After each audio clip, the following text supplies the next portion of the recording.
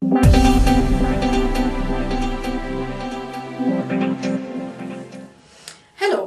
I'm Alexandra Sleator, Career Accelerator. And what that means is that working together, we can make sure to achieve your career ambitions faster than you would on your own. We can work across a range of career challenges. First of all, we can help you progress your career.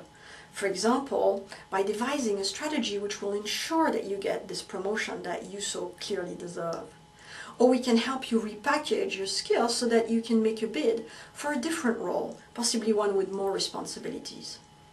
We can also help you in the here and now, support you in your career today by helping you polish or even acquire fundamental skills around communication, influence, conflict management, team effectiveness, personal effectiveness, presentations, and leadership, to name just a few. We can also help you with a career transition, which means that if you would like to change a job in a meaningful way, possibly even change industry, we can help you to redefine success so that you can find this career that will be more fulfilling going forward. And if you have been on a career break, we can help you to make a successful and quick return to the workforce.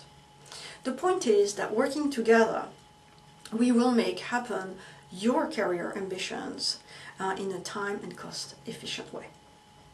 So welcome to the last video of 2012 and this December, and very few days remain now to Christmas and indeed to the end of the year itself. 2013 already beckons. For many of us around the world, it's a time of celebration. Christmas, Hanukkah and others are what December is about. But before we can celebrate, for many of us, millions I would say around the world, December is also the month of performance evaluation, documentation, online systems, and of course, performance discussions. And it is with this in mind that I thought that I would dedicate this last video to how to handle underperformance. Now, if you've just gone, that groan, then you know what I'm talking about. As line managers, so many of us feel uncomfortable at the prospect of having a feedback conversation which isn't going to be negative. We are, wary of the reaction of the feedback recipient and what that could mean. But you're not alone to be uncomfortable, because in fact, what I've noticed is that the folks who are struggling with their performance, they typically know it, although they might be at a loss to really understand what's going on and how to address it. So they too are feeling dreadful. So basically this video is one of hope.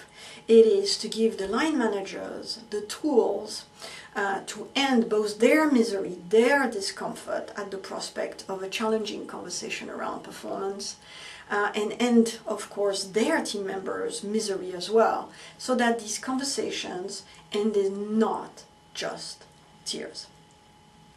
To that effect, I've created for you a little model. That's one of the things I have a little bit of a specialism about. A little model to help you prepare and then deliver that delicate but also important feedback around underperformance in a way that's going to lead to a constructive, and I would even say a positive outcome. So here goes. The model is called TELL. So 4 letters, 4 steps. The first step, T, and indeed that's just what it is. It says take the first step. And this is the crucial one. If you bungle it, it will all go terribly wrong. So let me encourage you to prepare very carefully your opening statement, and even to rehearse it in front of the mirror at home before you speak to your team member. A number of points around this opening statement which will underscore for you how fundamental it is to get it right. The first is that it should be succinct, no longer than 1 minute. If you start going too much in the details, you will waffle and you will completely dilute your impact. Second point, not just being succinct, but being specific. Emphasize facts rather than opinions. Opinions lead to emotions, and that's not very constructive for, a conversation like that. So even if you say, I found your report to be of poor quality, which is an opinion, make sure you have a because clause coming in. Because your report lacked numbers, because it had the following deficiencies, which are factual. And that helps you also come across as very credible around the feedback that you're giving.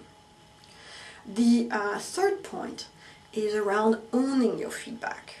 And the reason why I mention that is because as line managers, we don't always directly witness the underperformance of our team members.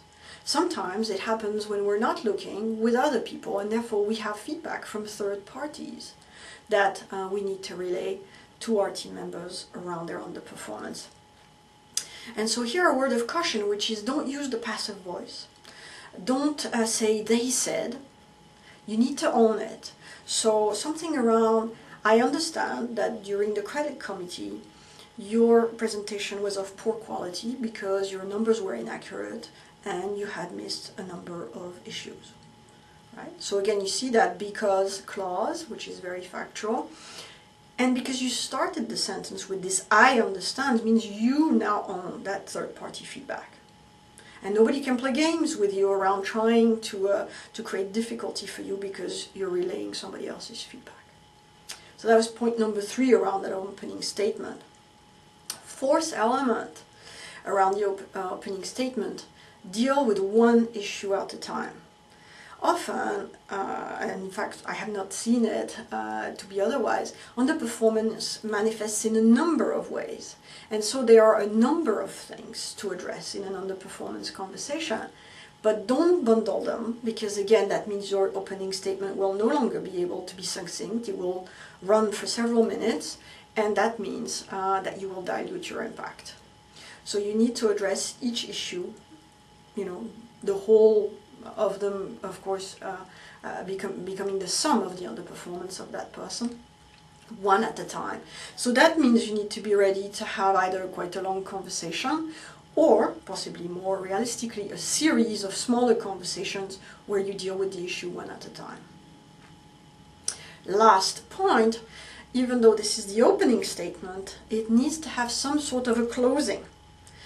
Indeed, it's important to look forward to demonstrate that this is not a conversation that's just about really mudslinging around the underperformance, but it's around what we're going to do about it. And so having some sense of what you would like to see happening going forward is important to create that opening, that future focus that shows that you want to be constructive and positive and not just, beat the person with their underperformance.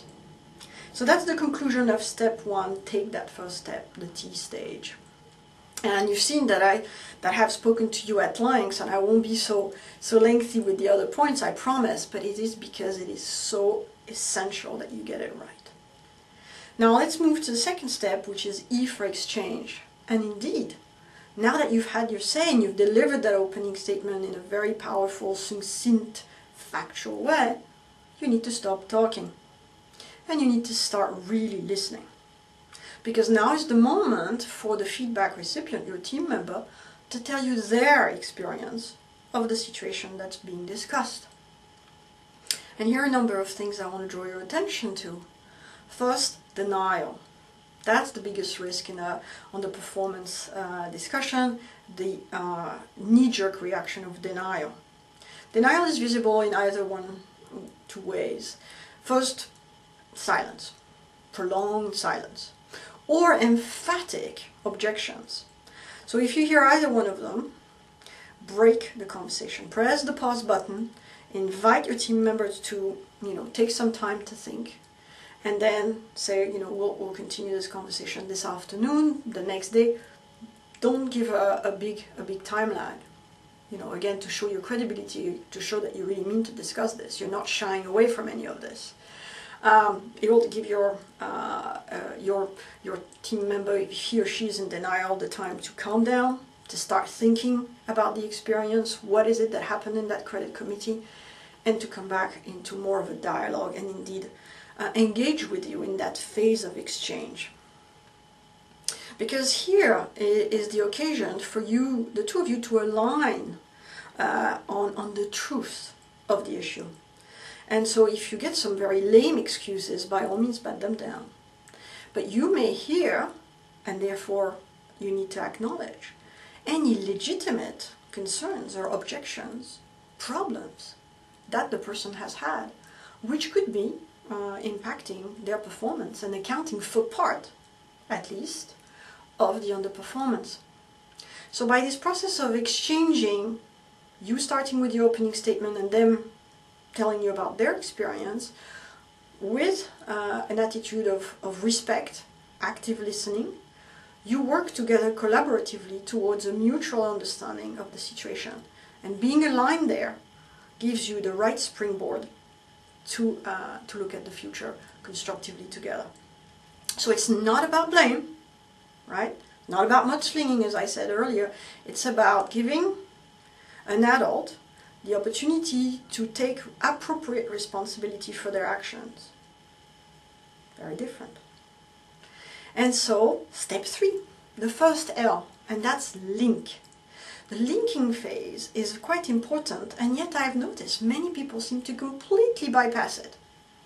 But the link is to the negative impact of the underperformance. Indeed, we only care about underperformance, about managing it, reducing it, minimizing it, avoiding it, because it has negative implications. So let's talk about that. And again, it's not to sling the mud and beat people down with all the negative stuff. It's because once we understand the negative impact, it can be important in the remedial phase, which comes a little bit further on. So the negative impact that you want to make sure is linked there is of two elements. The first is for the person themselves, and the other one is for everybody else. For the person themselves, underperformance means that they're failing for themselves, they're letting themselves down in a variety of ways. They're not fulfilling their potential, they're not showcasing their capabilities as they might, they're not playing to their strengths, and as a result they're not going to be recompensed, they're not going to be paid as they might otherwise hope. They will not have possibilities for career advancement. None of that is very positive, is it? And the person needs to take that on board, because that could represent quite a bit of a symbolic kick in the bottom to get them to react and to want to get back on the horse and do something about it, because it's impacting them. The other level of negative impact is for everybody else, as I said, and it starts with their team members. When you underperform, you're not pulling your weight adequately, and the others have to row faster to compensate for you. You could be tarnishing the team's image when everybody else is, otherwise performing adequately. And so there's a stain there that doesn't need to be there. And of course, looking further afield, the underperformance could, directly or indirectly, contribute to the employer, the firm, missing out on some of its targets, on some of its commitments. And it could also, of course, hit that firm's reputation. So it's important for the individual to understand the ripple effect of their underperformance. It doesn't just hurt them, it hurts so many other people, and that also allows them to feel more appropriately accountable for the impact of their behavior. And just like when we motivate people, it's good to make them feel part of a bigger thing than just their task, then indeed to foster accountability, the same is true. To show them the implication, that's ripple effect, as I call it. So that's step 3, link. And now we're finally ready for step 4, which is the second L, for looking forward. A word of caution there. What I've noticed is that a lot of very well-meaning, supportive line managers jump very quickly to that stage. They make a very small opening statement, very weak. They don't encourage the person to connect to their experience, to take responsibility for their actions. They don't draw the links to what negative impact there is. And they move very, very fast into this phase of solutionizing. And they start telling the underperformer what to do and how to do it. Now, this is an attitude which, in fact, treats people in a very disempowered way. And yet, our team members are all fellow adults. And in that sense, we don't need to solve their problems for them as though they were children. If you do that, you create a risk of dependence, of people not thinking about their problems for themselves and taking ownership for their lives at work. You become the mummy manager instead of the line manager. So be very careful around that risk that by trying to be helpful, you're effectively disempowering people and treating them like children, which is creating a tremendous pressure on you all the time to fix everybody's problems. And you may not have all the solutions after all. So, indeed, what you want to be looking at is ways to close the gap in performance between the current situation of underperformance to a future state of adequate performance. And there's a number of themes here around remediation. If something got broken, how can you mend it, fix it? Is there something around training if the reason for the underperformance is at least partially due to a skill gap? And generally looking at support. But not support as in I'm going to do it for you or I'm going to hold your hand or carry you. Support as in you help yourself and I will help you help yourself. Right? This empowered kind of support. Not the mummy manager one. So in that phase of solutions, remediation, training, support, action planning for the way forward, let your team manager think through what they would like to do, how they would like to fix, what training they might need, what support they think would make sense for them. And in doing so, you help them feel better because they know that they have the means to fix their own problems. And instead of feeling disempowered and like victims because you're acting as a rescuer, they feel that they have the energy to move forward. So it's much better to let people try and sort their problems. Some will not, but don't encourage that behavior. Again, if they need more time to think, cut the conversation, invite them to go and think about the way forward, and then they'll come back with a few things to chew on with you. So, there you have it. 4 steps to a challenging, absolutely, there's no denying it, but hopefully constructive, helpful, powerful, and positive discussion around underperformance, which will leave you and your team member probably quite tired, quite drained, but feeling rather good. Maybe a little bit, of a hairy situation at times, but you will get through it, and the future, as Orange used to say, is bright. Because you've come away with the adequate level of responsibility, not blame, and you have an action plan for the future. That's it. So as usual, I would love to hear what you thought of my little model there, whether you think it might be useful to you going forward. So by all means, do share a comment below the video if you'd like, or write me. My email address is appearing on the screen. Tell me, but others, what works for you today around managing underperformance, what it is that you think you're good at, and what, in contrast, are the aspects that you find more challenging around addressing underperformance. Some people tell me it's the denial piece, but what is it for you, for example? In any event, this is the moment for me to thank you again for watching, and in fact for those of you who've watched for several times, if not all of the times during 2012, thank you so much. I hope that all of these little videos are useful to you, and I will look forward to more, of course, next year. In closing, let me take this opportunity to wish you and all your loved ones a wonderful end to 2012, and if you're taking a break, as many of us usually do, then to enjoy that time with family and friends and really take this opportunity to refresh yourself ahead of the new year of 2013. I look forward to seeing you next year, as I said, and thank you so much again for watching. Take very good care, and bye-bye.